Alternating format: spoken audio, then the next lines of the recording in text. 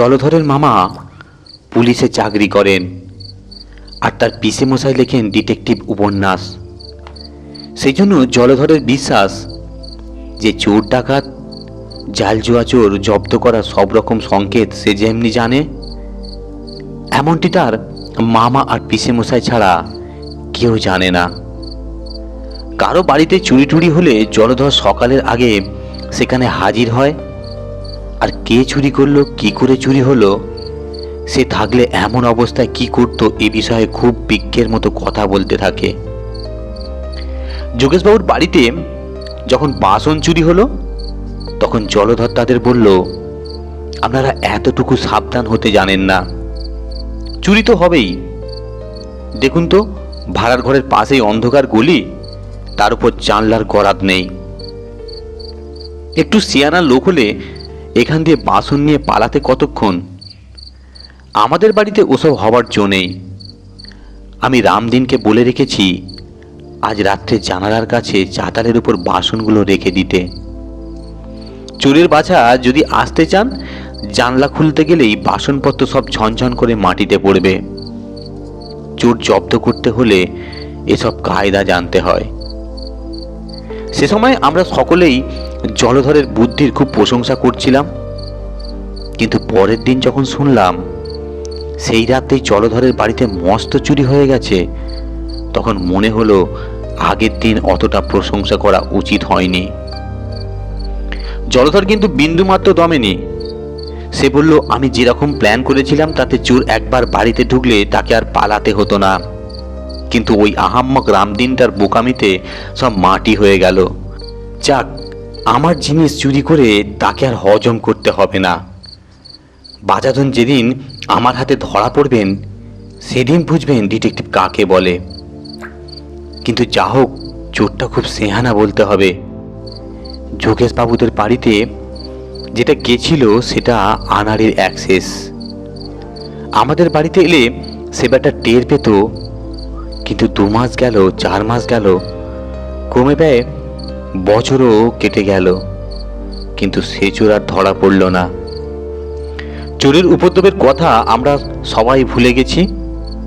এমন সময়ে হঠাৎ আমাদের স্কুলে আবার চুরির হাঙ্গামা শুরু হলো। ছেলেরা অনেকে টিফিন নিয়ে আসে, তা থেকে খাবার চুরি যেতে লাগলো। প্রথম দিন রামপদর খাবার চুরি যায়। সে বেঞ্চির ওপর খানিকটা রাবড়ি আর লুচি রেখে হাত ধুয়ে আসতে গিয়েছে, এর মধ্যে কে এসে লুচি টুচি বেমালুম খেয়ে গিয়েছে। তারপর ক্রমে আরো 2-4টি ছেলের খাবার চুরি হলো। তখন আমরা জলধরকে বললাম, কে ডিটেকটিভ, এই বেলা যে তোমার চোর ধরা বুদ্ধি খোলে না, তার মানেটা কি বলো দেখি। জলধর বলল, আমি কি আর বুদ্ধি খাটাচ্ছি না, সবুর করো না।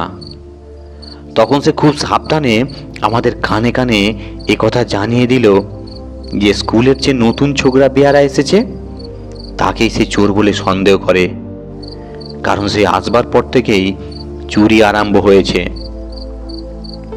আমরা সবাই সেদিন থেকে তার উপর চোখ রাখতে শুরু করলাম, কিন্তু 2 দিন না যেতে যেতে আবার চুরি।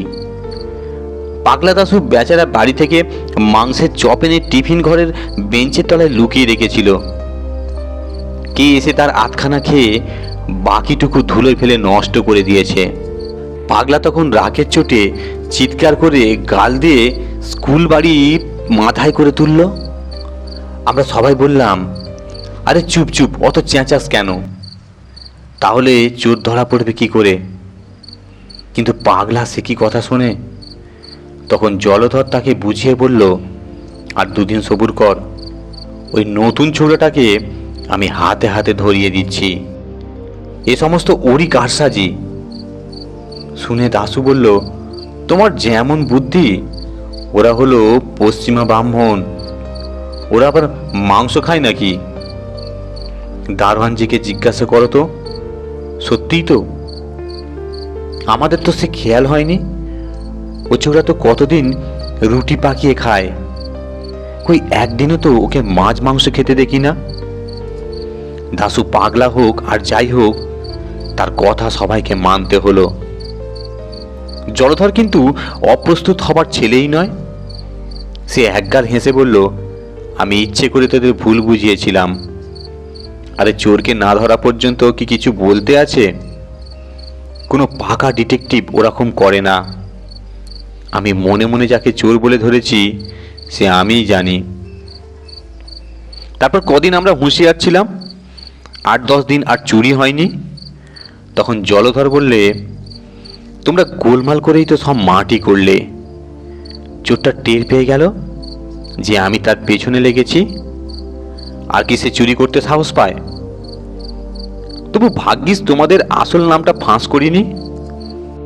কিন্তু সেই দিনই আবার শোনা গেল স্বয়ং হেডমাস্টার মহাশয়ের ঘর থেকে তার টিফিনের খাবার চুরি হয়ে গেছে। আমরা বললাম, কই হে, চোর না তোমার ভয়ে চুরি করতে পারছিল না? তার ভয় যে ঘুচে গেল দেখছি। তারপর 2 দিন ধরে জলধরের মুখে আর হাসি দেখা গেল না। চোরের ভাবনা ভেবে তার পড়াশোনা সব এমন গুলিয়ে গেল যে পণ্ডিত মশাইয়ের ক্লাসে সে আরেকটু হলে মার খেত আর কি। 2 দিন পরে সে আমাদের সকলকে ডেকে একত্র করে বলল তার চোর ধরবার বন্দোবস্ত সব ঠিক হয়েছে। টিফিনের সময় সে একটা ঠোঙায় করে সরভাজা, লুচি আর আলুর দম রেখে চলে আসবে। তারপর কেউ যেন সেদিকে না যায়। স্কুলের বাইরে যে জিমনাস্টিকের ঘর আছে সেখানে থেকে লুকিয়ে টিফিনের ঘরটা দেখা যায়। আমরা কয়েকজন বাড়ি যাবার ভান করে সেখানে থাকবো, আর কয়েকজন থাকবে উঠোনের পশ্চিম কোণে ছোট ঘরটাতে। সুতরাং চোর যেদিক থেকেই আসুক টিফিন ঘরে ঢুকতে গেলেই তাকে দেখা যাবে। সেদিন টিফিনের পর আর কারো পড়ায় মন বসে না। সবাই ভাবছে কতক্ষণে ছুটি হবে আর চোর কতক্ষণে ধরা পড়বে। চোর ধরা পড়লে তাকে নিয়ে কি করা যাবে সে বিষয়ে কথাবার্তা করতে লাগলো। মাস্টারমশাই বিরক্ত হয়ে ধমক দিতে লাগলেন। পরে স্যার বিশ্বনাথকে বেঞ্চের উপর দাঁড়াতে হলো, কিন্তু সময়টা যেন কাটতেই চায় না। টিফিনের ছুটি হতেই জলধর তাকে খাবারের ঠোঙাটা টিফিন ঘরে রেখে এলো। জলধর, আমি আর 10-12 জন উঠোনের কোণের ঘরের বাইরে এলাম, আর একদল ছেলে বাইরে জিমনাস্টিকের ঘরে লুকিয়ে থাকলো। জলধর বলল, দেখ, চোরটা যেরকম সেয়ানা দেখছি আর তার যেরকম সাহস, তাকে মারধর করা ঠিক হবে না। লোকটা নিশ্চয়ই খুব সন্ডা হবে। আমি বলি, সে যদি এদিকে আসে তাহলে সবাই মিলে তার গায়ে কালি ছিটিয়ে দেব আর চেঁচিয়ে উঠব। তাহলে দারোয়ান সব ছুটে আসবে, আর লোকটা পালাতে গেলেও ওই কালির চিহ্ন দেখে ঠিক ধরা যাবে। আমাদের রামপদ বলে উঠল, কেন?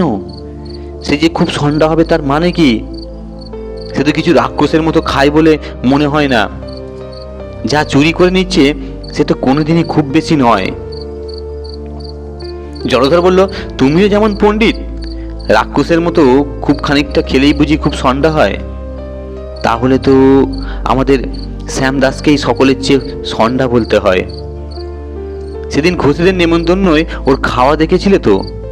বাপু হে, আমি যা বলেছি তার উপর ফোড়ন দিতে যেও না। আর তোমার যদি নেহাত বেশি সাহস থাকে তুমি গিয়ে চোরের সঙ্গে লড়াই করো, আমরা কেউ তাতে আপত্তি করব না। আমি জানি এ সমস্ত নেহাত যেমন তেমন চোরের সাধ্য নয়। আমার খুব বিশ্বাস যে লোকটা আমাদের বাড়িতে চুরি করেছিল এসব তারই কাণ্ড। এমন সময় হঠাৎ টিফিন ঘরের বাঁ দিকের জানলাটা খানিকটা ফাঁক হয়ে গেল, যেন কেউ ভেতর থেকে ঠেলছে। তারপরে সাদা মতন কি একটা ঝুপ করে উঠোনের মধ্যে লাফিয়ে পড়লো। আমরা চেয়ে দেখলাম একটা হুলো বেড়াল, তার মুখে জলধরের সর ভাজা। তখন যদি জলধরের মুখখানা দেখতে, সে এক বিঘত উঁচু হাঁ করে উঠোনের দিকে তাকিয়ে রইল। আমরা জিজ্ঞাসা করলাম, কেমন হে ডিটেকটিভ, ওই সন্ডা চোরটাই তো তোমার বাড়িতে চুরি করেছিল?